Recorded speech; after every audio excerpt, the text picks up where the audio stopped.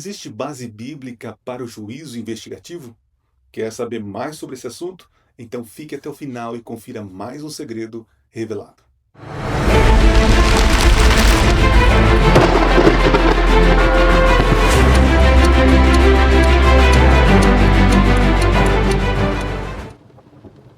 Olá, seja bem-vindo a mais um vídeo do canal Minuto Profético. Eu sou Adriano Cecílio, sou teólogo especialista em interpretação bíblica e a minha missão aqui é te ajudar a entender as profecias, a Bíblia, de maneira simples e descomplicada. Hoje eu estou num ambiente adaptado, não estou no meu escritório, no meu estúdio, estou aqui num hotel na cidade de Canoas, aqui no Rio Grande do Sul. Eu vim aqui fazer uma semana de oração, estou falando sobre o Apocalipse e tem sido maravilhoso. E eu queria hoje falar sobre o juízo investigativo. Esta é uma crença distintiva da Igreja Adventista. E muitos que não acreditam nessa doutrina dizem que é uma heresia, que isso é inventado, que isso veio da cabeça de Ellen White. Mas hoje eu queria apelar não para a tradição, não para a história, não para Ellen White, mas eu quero ficar na Bíblia. E hoje eu vou tentar trazer para você argumentos bíblicos e fundamentos de que é possível sim crer no juízo pré-advento ou o juízo investigativo. Porque se não tiver base bíblica e se isso foi uma invenção, nós realmente temos que abandonar essa crença. Mas você que está aqui me assistindo, eu peço a você, me dê esse crédito desta dúvida e fique comigo até o final. E depois eu quero ler o teu comentário aqui embaixo. Então coloque o que você entendeu, o que faltou no vídeo, qual argumento que você não concordou. Então participe fazendo seus comentários aqui. Nesse vídeo eu preparei um material que eu vou entregar para você gratuitamente. E para você receber esse material é muito simples. Você vai aqui no link da descrição e tem o nosso grupo do WhatsApp. E eu sempre posto ali, depois que eu postei um vídeo, eu sempre coloco um material ali. Então, se você já faz parte da comunidade do WhatsApp, fica tranquilo que você vai receber esse material. Agora, se você não faz parte da comunidade do WhatsApp, então eu sugiro você que aqui no link da descrição você entre lá para você poder garantir esse material gratuito. O primeiro fundamento que nós vamos tentar provar aqui ou estabelecer é que antes do retorno de Jesus precisa haver um juízo.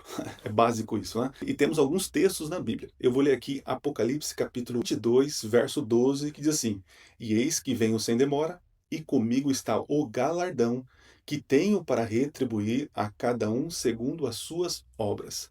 Então é nítido aqui, no último livro da Bíblia, que Jesus tem um galardão, um prêmio, uma recompensa para entregar. Mas quando que ele vai entregar? Na sua vinda. Ou seja, para que Jesus entregue um galardão, sua volta, o juízo tem que acontecer antes. Jesus precisa analisar, ou Jesus precisa levantar nomes de quem são os salvos, para então vir buscar os seus, entregar o galardão. O que nós entendemos como galardão? Vida eterna, a coroa, né, da vida eterna. É uma vida sem pecado, enfim, onde nós viveremos eternamente com Jesus Cristo. Esse é o nosso galardão. A vida eterna só será dada a mim e a você quando Jesus voltar. E Jesus, quando ele volta, ele vem para dar o galardão. E ele tem que dar para os seus. Então, já houve uma escolha, já houve um juízo anterior à sua vinda, para que ele decida quem ele vai dar a vida eterna e quem ele não vai dar a vida eterna. Percebe o ponto? Mas tem outros textos que também apontam para essa direção. Em Mateus capítulo 16, verso 27, temos o mesmo raciocínio. Ali diz o seguinte: então retribuirá a cada um conforme as suas obras. Está falando sobre o retorno de Jesus, e Jesus vai dar então o galardão e retribuirá as suas obras quando ele voltar. Então, quando ele voltar, já estará decidido quem receberá o galardão e quem não receberá. Percebe o raciocínio? Isso por si só não prova a doutrina por completo, mas estabelece um princípio, que a retribuição será dada somente quando Jesus voltar. Para que Jesus entregue a retribuição, houve então um juízo anterior à sua vinda. O segundo fundamento é estabelecido lá no Antigo Testamento, no santuário terrestre, o tabernáculo. Ali haviam cerimônias que apontavam para o ministério de Jesus Cristo, era a sombra do seu ministério. E naquelas cerimônias a gente pode encontrar algo muito importante para esse assunto que nós estamos tratando aqui. As cerimônias haviam duas importantes para nós aqui, que a primeira era o diário, ou contínuo. Todo dia era oferecido sacrifícios pelo perdão dos pecados. E uma vez por ano havia então o cancelamento da dívida, ou a purificação do santuário.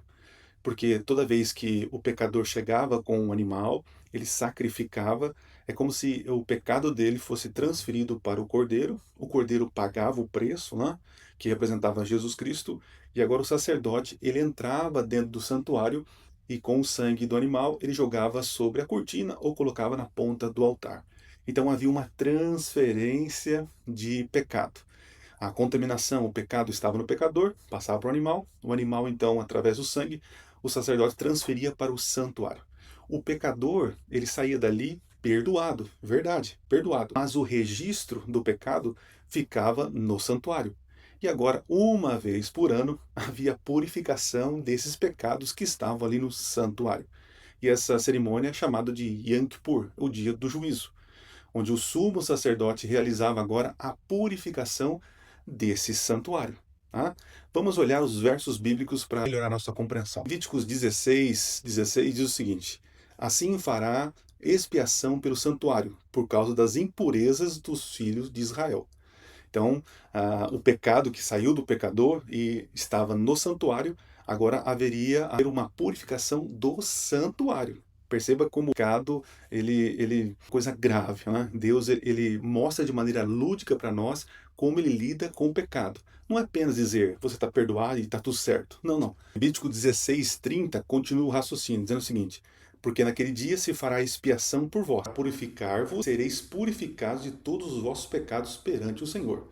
Percebe que eu estou falando aqui desses dois versos que eu li sobre a purificação do santuário. Durante o ano, pecadores já foram perdoados. É verdade, ele saiu perdoado porque ele levou a vítima, ele exerceu fé ali no sacrifício.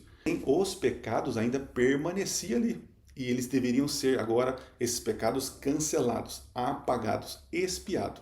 E isso acontecia uma vez por ano, a cerimônia do Yom Kippur. Nós vamos para Levíticos 23:29, nós temos um teor ali judicial, isso, um teor judicial, onde agora Deus ia decretar se realmente houve a eliminação do mal no santuário. Diz assim o texto: ó, toda alma que nesse dia se não afligir, será eliminada do seu povo. Ou seja, aquele momento da cerimônia do Yom Kippur, eu não tivesse entregado o meu pecado durante o ano, feito a cerimônia, exercido fé no sacrifício daquele animal que pagaria o meu pecado, se o meu pecado não estivesse no santuário, estivesse comigo naquele dia, eu pagaria o preço do pecado e eu morreria. Então, quando o sumo sacerdote saía do santuário do Altíssimo, então colocava a mão sobre um bode, né, bem conhecida essa cerimônia, e ali ele transferia todos os pecados e jogava como se fosse a lata de lixo, né? O bode Azazel era meio que representava isso, né? A lata de lixo, e eliminava toda a impureza jogando sobre esse bode, que era levado ao deserto e lá morria. Essa cerimônia, depois de terminada, Deus então, ele dizia o seguinte: agora sim está extirpado o mal entre vocês. Foram eliminados, foi cancelado toda a dívida. Perceba que Deus nos perdoa, é assim mesmo, Deus nos perdoa. Porém, todavia, entretanto, eu preciso demonstrar que eu sou salvo. Vou dar um exemplo. Eu digo que aceitei Jesus como Senhor e Salvador. Assim, eu peco, estou ali, pecador, e eu aceito Jesus como Senhor e Salvador. E nesse momento eu sou justificado, sou perdoado dos meus pecados. Agora acontece o seguinte: o meu nome é escrito no livro da vida, verdade. Agora, a minha vida vai demonstrar para o universo que realmente eu aceitei Jesus como Senhor e Salvador. Deus já sabe se eu sou um hipócrita. Deus já sabe se eu estou levando a religião de maneira correta, né? Se eu entreguei realmente a minha vida a Jesus. Os seres humanos, o universo não sabe. Então, esse juízo que acontece mesmo depois da pessoa ter pedido perdão e Deus ter decretado perdão, esse juízo antes de uma condenação ou de uma vida eterna é necessário para que o universo entenda e saiba que o Adriano realmente aceitou Jesus, viveu uma vida de submissão ao Senhor, mesmo caindo, pecando, nos momentos, mas meu coração era de Jesus e eu me levantava, entregava minha vida e fazia um renovo com Deus, diferente de outras pessoas que disseram que aceitaram Jesus, viveram uma vida de fachada. Imagine só, você chegando no céu, encontrando pessoas ali, você realmente, nossa, interessante, a pessoa realmente, ela está aqui no céu, na eternidade, porque é uma pessoa boa, a gente via isso, né? Vai acontecer o seguinte, você vai ter outra surpresa, né? Outra surpresa. Você vai encontrar, quer dizer, você não vai encontrar pessoas que você pensaria que estaria lá. Nossa, mas cadê fulano, que era tão bom, né? Ancião da igreja, tudo certinho com a família, era uma pessoa assim que quando a gente conversava, era uma pessoa de Deus, né? Por que não está aqui, Senhor? E aí então, essa investigação, esse juízo pré-advento, vai poder agora mostrar para esse ser humano limitado, no caso o salvo ali, que está com dúvida, por que aquela pessoa não está ali. Então, nós somos perdoados quando pedimos perdão para Deus. É verdade. O que vai determinar, eu vou receber a coroa da vida, é a minha vida inteira. Porque Deus não julga você por pecados isolados, mas ele julga você por uma vida. Isso que faz sentido. Os versos que diz: ser fiel até a morte, dar-te a coroa da vida, aquele que perseverar até o fim, esse será salvo. Percebe? Salvação se resume em 3 passos, né? Ou 3 pontos. Né? Tem a justificação, quando você é perdoado, e agora você está livre da condenação. Porém, todavia, você agora passa por um processo da santificação. A santificação. E essa santificação é abandono do pecado, é a justificação fazendo sentido na tua vida. E aí então teremos a glorificação, quando então é decretado que eu estou salvo pela eternidade. Percebeu que existe uma sequência no Antigo Testamento? O pecador que trazia o cordeiro, ele matava o cordeiro ali com o sacerdote e ele saía dali perdoado. É verdade. Mas a cerimônia não terminava. O processo da redenção, o cancelamento da dívida, o trabalho da manipulação com o pecado, posso dizer assim, continuava, porque o sacerdote ele tinha que entrar para dentro do santuário e transferir o pecado do santuário, ok? Então eu quero que você perceba o seguinte, nós já temos mais um fundamento, porque entende o seguinte, apesar de hoje eu ter perdão dos meus pecados, em algum momento há uma avaliação. Minha fé, realmente, ela é provida de obras. Ou seja, eu estou demonstrando a minha fé com obras, não é assim que Tiago fala? Porque uma fé sem obras é uma fé morta, percebe? E isso acontece quando? Se Jesus voltar, porque quando ele voltar, o que nós aprendemos anteriormente? Ele vai ter o galardão para apresentar, para dar. E ele vai entregar para quem? Para quem passou por esse juízo e foi então confirmado a coroa da vida para essa pessoa. Um fundamento importante a gente vai encontrar lá em Daniel, no capítulo 7. Eu sugiro que você leia todo o capítulo. Nos primeiros versos ali, a gente já tem uma cena assim muito importante, pouco comentada entre as religiões, né? Eu vou ler um verso aqui, está no capítulo 7, 9 ao 10, diz o seguinte, ó: postos uns tronos, e o ancião de dias se assentou. Assentou-se o tribunal e se abriram os livros. Ali nós temos uma cena que não é o retorno de Jesus. É o Filho do Homem que se apresenta diante de Deus, o ancião de dias, diz ali que tronos são colocados e os livros são abertos. É uma cena de juízo. É uma cena em que os relatos que estão escritos no livro estão sendo discutidos e avaliados. Nós entendemos que ali é o momento em que acontece um juízo no céu, antes do retorno de Jesus. É nesse momento, Daniel capítulo 7, os livros são abertos e são confirmados a fé daqueles que disseram que aceitaram Jesus como Senhor Salvador. Esse é um ponto muito importante e chave para a doutrina do investigativo. É Daniel capítulo 7. Ali é claramente uma cena de juízo que acontece antes do retorno de Jesus. Daniel 7, 13 e 14 diz o seguinte, ó: como o Filho do Homem veio com as nuvens do céu, dirigiu-se ao ancião de dias, e foi-lhe dado o domínio, a glória e o reino. Nós sabemos que quem julga este mundo não é Deus Pai, mas é Jesus Cristo. Então Jesus Cristo está fazendo o papel ali de juiz nesse tribunal lá de Daniel capítulo 7. Interessante que o Filho do Homem não está vindo para a terra, ele está se dirigindo a Deus Pai. Percebe que é diferente, ele não está voltando, ele está ainda entrando na presença de Deus para começar um juízo. Em o capítulo 7 nós temos mais ou menos uma ordem assim, ó. De um poder perseguidor, o tribunal se assenta, os livros se abrem, o Filho do Homem comparece diante dos anciãos, o juízo é feito em favor dos santos, e então o reino é entregue. Não? Então temos uma sequência aqui. Há um juízo antes que Jesus volte à terra para poder dar o reino aos seus filhos. Percebe aqui? Então, existe nesse momento algo que Jesus está fazendo. Ele está julgando, ele está confirmando a salvação daqueles que um dia disseram que aceitaram o Senhor Jesus como Senhor e Salvador. Mas nós acreditamos que esse juízo é somente para os mortos, nesse momento somente para os mortos. Por quê? Porque eu estou vivo, e enquanto há vida, eu tenho a liberdade de aceitar Jesus ou rejeitar, de quebrar sua lei e de não aceitar mais a graça. Mas quando eu morro, cessam-se as obras e nesse momento meu nome é passado em vista. Não será confirmado ou riscado do livro da vida. Só lembrando você que eu tenho o curso Apocalipse Revelado, onde eu explico de maneira profunda as profecias do livro do Apocalipse. Você vai entender o significado dos símbolos, a estrutura do livro, a sequência cronológica dos acontecimentos. Se você quer aprofundar seu estudo das profecias, então adquira o curso Apocalipse Revelado. E o link está aqui na descrição. É só clicar lá e conferir. Um fundamento muito importante está logo em seguida, no capítulo 8. No capítulo 8, os seres celestiais estão ali conversando e vendo que é um poder que está perseguindo, matando o povo de Deus.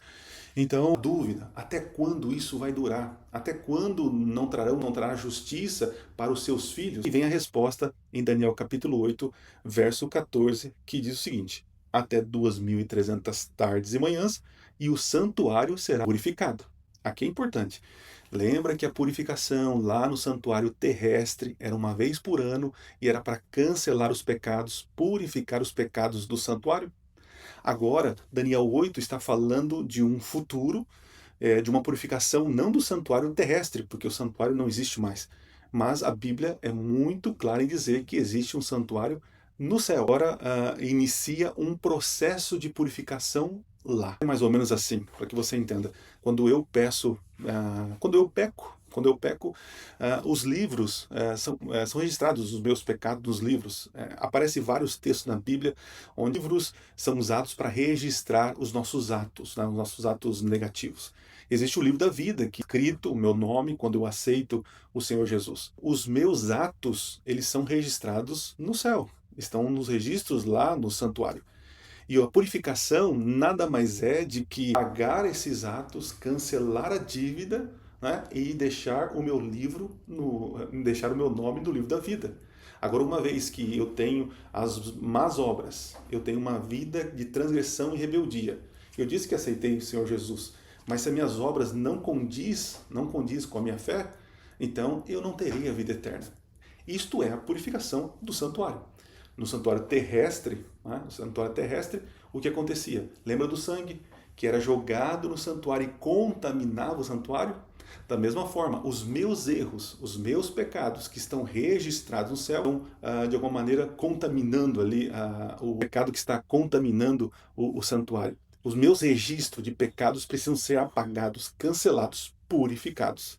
Percebe a analogia? Então, a profecia de Daniel 8,14 sobre a purificação do santuário é claramente para o tempo do fim. Encontramos isso no capítulo 8, verso 19, que diz assim, que ela se refere ao tempo determinado do fim. O verso 17 diz assim, porque esta visão se refere ao tempo do fim. Então, para Daniel, essa purificação estaria no futuro. E para nós, já começou? Quando vai começar, se não começou ainda? Sei que alguns acham que é até heresia. Já escutei um grande pregador presbiteriano falando que é uma heresia dizer que tem um santuário no céu, que o santuário é o próprio Cristo. Mas isso não é totalmente verdade. Eu sei que Jesus em tudo aponta para Jesus Cristo, é verdade. Dizer que não existe um santuário lá, nós teremos que rasgar o livro do Apocalipse, o livro de Hebreus. Eu vou ler alguns textos aqui. Por exemplo, Hebreus capítulo 8, de 1 ao 2, diz o seguinte: temos um sumo sacerdote, ministro do santuário e do verdadeiro tabernáculo que o Senhor erigiu, não um homem. Ok, Jesus Cristo. Temos o seguinte, temos Hebreus capítulo 8, 5, que diz o seguinte, que esse santuário terrestre era uma figura das sombras das coisas celestiais. Hebreus 9, 23 diz assim, era necessário, portanto, que as figuras das coisas que se acham no céu ficassem com tais sacrifícios, mas as próprias coisas celestiais com sacrifícios a eles superiores. Então, a purificação terrestre era feita com bodes, né, com animais. Mas a purificação, Hebreus está dizendo, viu, não sou eu, é feito com sacrifício de quem? De Cristo Jesus. E alguns podem dizer o seguinte: não, mas essa purificação já aconteceu, foi quando Jesus morreu, ressuscitou e subiu ao céu, então ele já declarou, já purificou tudo. Se você pensa dessa maneira, nós temos alguns problemas. Então, se já houve a purificação, se já houve então o fim, o decreto, ou seja, já está tudo certo, então por que eu e você estamos aqui? E por que ainda existe mal? O mal ainda continua a existir, trazendo tragédias. Porque o que eu estou apresentando, o que a Bíblia está apresentando, é que haverá uma purificação, e depois dessa purificação, Jesus então voltará para então destruir o mal. Então dizer que já houve a purificação, que já houve, Jesus quando sobe no santuário, ele já faz naquele mesmo momento a purificação de tudo, e não faz sentido. Porque hoje, claramente, se você for na rua, onde você olhar, o pecado ainda existe causando mal. A Bíblia diz que após a purificação, Jesus voltará para destruir o mal e dar o galardão para os seus filhos. Então, perceba claramente os paralelos. Temos o seguinte: há um santuário celestial real, o terrestre é apenas uma cópia, uma sombra daquilo que Jesus faria, certo? Cristo ministra nesse santuário, no celestial. Existe uma linguagem de purificação aplicada às coisas celestiais. Então não sou eu que estou dizendo, não é a igreja adventista, mas a Bíblia está dizendo que o sacrifício de Jesus purifica coisas celestiais, no céu. E você deve pensar assim: peraí, o céu é um lugar puro, o céu é um lugar que não pode ter pecado, né? Eu entendo a sua dúvida, mas entenda o seguinte: aonde começou o pecado? Começou. Foi na terra? Não foi na terra. Foi onde? Foi no céu. Um ser perfeito, né? Um anjo, acabou caindo, né? Se o pecado começou no céu, não seria interessante também se resolver no céu? Pensa nisso. Outro texto bíblico, e veja que eu estou usando só texto bíblico. Você vai para Apocalipse capítulo 14, do 6 ao 7, que diz assim: ó, a Deus e dá-lhe glória, pois é chegada a hora do seu juízo. O capítulo 14 mostra ali a pregação, a última mensagem ao mundo. Então é um momento ainda que as pessoas estão tomando a sua decisão. Ainda as pessoas estão aceitando a mensagem ou rejeitando a mensagem. E é nesse momento, na primeira mensagem das 3 mensagens angélicas, que já é dito: chegou a hora do seu juízo. Então perceba, o juízo ele está em andamento enquanto a mensagem está sendo pregada. Claro, isso no contexto do tempo do fim, que Daniel, quando ouviu do anjo, o anjo falou: isso é para o tempo do fim. Então, no tempo do fim, em um momento específico, enquanto a mensagem está sendo pregada, o juízo já começou. Mas como eu falei para vocês, o juízo começa pela casa do Senhor, como diz o apóstolo Pedro, e começa pelos mortos. Mas em algum momento específico, que ninguém sabe, esse juízo passará pelos... Quer dizer, os vivos passarão pelo juízo. E nós acreditamos que é um pouquinho antes da volta de Jesus, onde todos que estão vivos serão passados em vista. Eu não acredito que nesse momento eu e você sejamos passando pelo juízo. Mesmo porque o próprio Apocalipse, seguindo a lógica da Bíblia, do contexto bíblico, as profecias ainda estão acontecendo. Né? Então existem algumas coisas para acontecer. Então, não é o momento ainda do nosso nome, do nome dos vivos passarem em juízo. O nome dos mortos, aqueles que já aceitaram Jesus em algum momento da história, esses que morreram já passaram. Aqueles que morreram, que não aceitaram Jesus, esses só vão ressuscitar na segunda ressurreição para receber a condenação. Outro texto importante para ser citado é Apocalipse capítulo 11, verso 19, que diz o seguinte: abriu-se então o santuário de Deus, que se achava no céu, e vista a arca da aliança. E na arca da aliança, que ficava no lugar santíssimo, e dentro da arca da aliança tinha o quê? A lei de Deus, que é a norma do julgamento. Então você diz que aceitou Jesus como seu Salvador. Como foi a tua vida? Você viveu de acordo com aquilo que Deus esperava? Ou você caiu nessa conversa que uma vez salvo, salvo para sempre? É bem assim que a Bíblia diz. Muitos acusam os adventistas em acreditar no juízo investigativo, porque eles dizem que isso diminui o valor da cruz. Mas isso não é verdade, isso é um espantalho que criam. Porque veja, para que haja ministração e purificação no santuário celestial, Primeiro, Jesus precisa ter toda a honra, toda a glória, todo o poder, toda a autoridade. E ele conquista isso aonde? Na cruz do Calvário, quando ele morre, vivendo uma vida sem pecado, ele então morre como sacrifício perfeito. Agora ele tem toda a autoridade para ser juiz, para poder purificar o santuário, para ser nosso representante diante de Deus. Purificação no santuário celestial, o juiz investigativo, nada anula a graça. Né? Eu expliquei para vocês que quando alguém entregava ali o cordeiro e sacrificava, ele saía perdoado, é verdade. Porém, a vida dele ali, a continuação do desenvolvimento dele, da entrega dele, ia dizer se realmente aquilo que ele fez foi de dentro, foi realmente de fora, uma coisa externa, ou realmente partiu de um arrependimento genuíno. Falando em Apocalipse, você que é pregador, que sempre está à frente da sua igreja, usando o púlpito ali para pregar o evangelho, eu preparei um kit com mais de 20 sermões sobre o livro do Apocalipse. É um material rico, denso, com muitas informações. Vem um texto em Word, vem um PDF e também um PowerPoint para você poder apresentar para a igreja. Você vai perceber que, apesar de ser um conteúdo denso, com muitas informações, será muito fácil para apresentar para a sua igreja. E a sua igreja será abençoada com conteúdo bíblico. Então, se você quiser adquirir, o link está aqui na descrição desse vídeo. É mais de 1 GB de conteúdo, 23 sermões no total. Então, quero deixar muito claro aqui. O juízo não cancela ou diminui a cruz, de maneira alguma. O juízo investigativo de nenhuma maneira acrescenta mérito à cruz, não estamos falando isso. E outra coisa, o juízo não salva ninguém pelas obras. O juízo apenas vai evidenciar se aquela pessoa realmente foi sincera em entregar a vida a Jesus. Então, o juízo não é para Deus saber das coisas, Deus sabe tudo. O juízo investigativo, esse momento em que Jesus está levantando provas, purificando e decretando ali a permanência do nome dos salvos no livro, isso não é para ele, mas é para nós seres humanos, porque teremos aí a segunda fase do juízo, onde na eternidade, durante 1000 anos, nós poderemos comprovar o porquê Deus salvou alguns e porquê Deus não salvou outros. Essa é a segunda fase. A primeira é o que nós estamos estudando aqui do juízo investigativo, que acontece antes do retorno de Jesus, onde Jesus passa a limpo todos os nomes, para levantar provas, para mostrar para o universo que ele agiu de forma justa em salvar uns e não salvar outros. Então, o juízo, ele clama transparência. Deus, ele é transparente. O próprio Salomão diz que Deus traria juízo, né? Ele diz assim que o dever de todo homem é guardar os mandamentos, porque Deus traria juízo sobre a terra e que ele julgaria tanto as obras cobertas como as encobertas.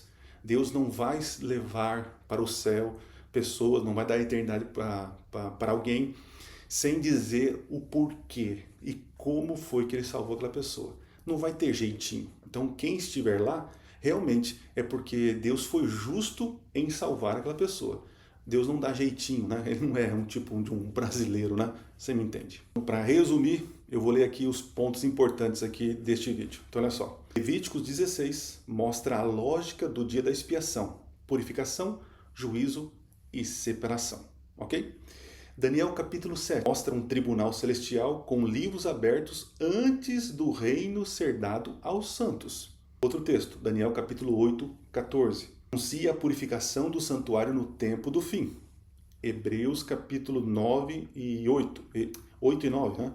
Confirmam que existe um santuário celestial e que Cristo ministra nele.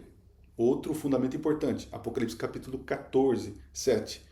Proclama ao mundo que chegou a hora do seu juízo. E isso ainda as pessoas vivas, né? Estão vivas, vivendo, e diz ali que chegou a hora do juízo. Apocalipse 22, 12, que é o primeiro texto que nós começamos de forma proposital, diz o seguinte: mostra que quando Cristo vier, a recompensa estará decidida. Percebe que esses textos, eles nos dão luz para a doutrina do juízo pré-advento. Eu tenho vivido uma experiência muito interessante nesses dias. Eu abri uma mentoria onde eu estudo a Bíblia com as pessoas. E isso tem trazido para mim muita alegria. E as pessoas que têm estudado comigo têm aprendido muitas coisas. Um dia eu vou trazer aqui testemunho deles, de cada um deles. Mas se você quer estudar a Bíblia comigo individualmente, eu vou te ajudar a compreender as profecias, os textos complicados, difíceis da Bíblia, dúvidas que você tem que ninguém te respondeu. Eu vou te ajudar. Se você quer ter uma mentoria comigo e quer saber como funciona essa mentoria, tem um link aqui na descrição e mandar uma mensagem lá que com certeza nós vamos entrar em contato com você. Então seja o meu aluno, estude a Bíblia comigo. Se você não entendeu nada do que eu te falei até agora, vou dar apenas algumas analogias. Lembra quando o homem pecou? Adão e Eva, eles pecaram? Deus chegou para Adão e disse o seguinte: Adão, o que você fez? Perguntam, Deus sabia que ele tinha feito? Sim, Deus sabia. Mas Deus queria levantar provas para que eu e você hoje soubéssemos e para a declaração de Adão, reconhecendo o que ele fez. E realmente, ele pega e fala, tal, mas ele fala assim, ó, a mulher que o Senhor me deu. E ele conversa então com a mulher, o que você fez?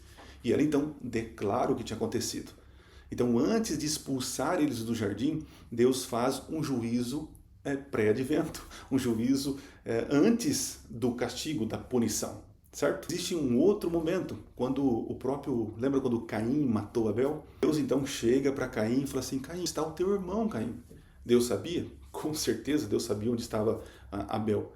Mas aí o que Deus estava querendo? Deus estava querendo tirar de Caim uma confissão, uma prova do que tinha acontecido. Deus sabia. Então, Deus, antes de dar um julgamento, de dar um juízo, ele faz um julgamento, um pré-julgamento, um pré-juízo. No momento, lembra da Torre de Babel? A Torre de Babel?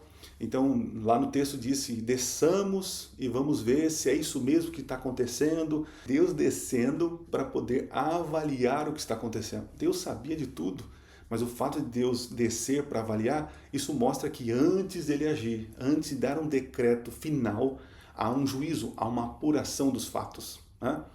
Você vai encontrar isso em outros momentos, por exemplo, na destruição de Sodoma e Gomorra.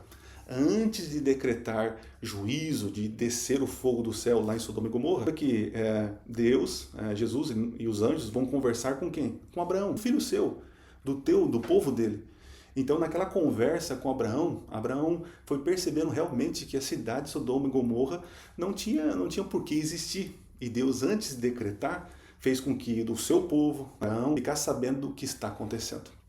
Você vai encontrar isso em toda a Bíblia. Deus, antes de decretar um juízo, ele faz uma investigação, não porque ele não saiba, é para deixar de registros para seres limitados, criaturas como eu e você, e até os seres celestiais, os anjos, saibam que tudo o que ele faz, o juízo que ele derrama sobre os pecadores, os errantes, é justo. Deus não esconde nada. Deus faz tudo transparente. Isso que você vai encontrar no Apocalipse diversas vezes, dizendo que santo e justo são os teus juízos. Ufa, chegamos ao final do vídeo. Então ficou claro que existe prova bíblica, que existe um pré-juízo antes do retorno de Jesus. Até mesmo aqueles que não acreditam nessa crença, mas acreditam de maneira diferente. Muitos evangélicos que estão me assistindo dizem que quando a pessoa morre, ação boa ou algo parecido, vai para o céu, outros vão para o inferno. Então perceba, antes do retorno de Jesus, segundo eles, existe um pré-juízo, né? Um pré-juízo em que definiu quem vai para a eternidade ou vai para o paraíso e quem vai para o tormento eterno. É a crença de muitos evangélicos. Então, dizer que existe um juízo antes do retorno de Jesus é bíblico. O que nós precisamos agora é entender como funciona esse juízo. E esse juízo de Deus, quantas fases são? Em que fase nós estamos? São temas para o nosso próximo vídeo. Deus abençoe vocês, um forte abraço. Espero nos ver aí na próxima semana, se Deus assim permitir. E não se esqueça, Minuto Profético. Nunca foi tão fácil estudar profecias.